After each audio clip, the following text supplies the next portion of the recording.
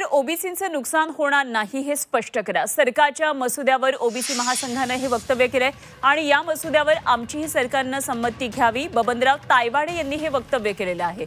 अर्थातच मराठा समाजाच्या आंदोलनाद्वारे त्यांच्या मागण्या ज्या होत्या ते सरकारने मान्य केल्यानंतर ओबीसी महासंघाचं यावर काय नेमकं मत असेल हे बघणं महत्त्वाचं ठरत असताना हे महत्त्वाचं वक्तव्य पुढे ते तायवाड्यांचं ओबीसींचं नुकसान होणार नाही हे स्पष्ट करा असं त्यांनी सरकारला म्हटलंय आणि सरकारच्या या मसुद्यावर ओबीसी महासंघाने वक्तव्य केले। मसुद्यावर आमची सुद्धा सरकारने संमती घ्यावी असं तायवाडे म्हणाले।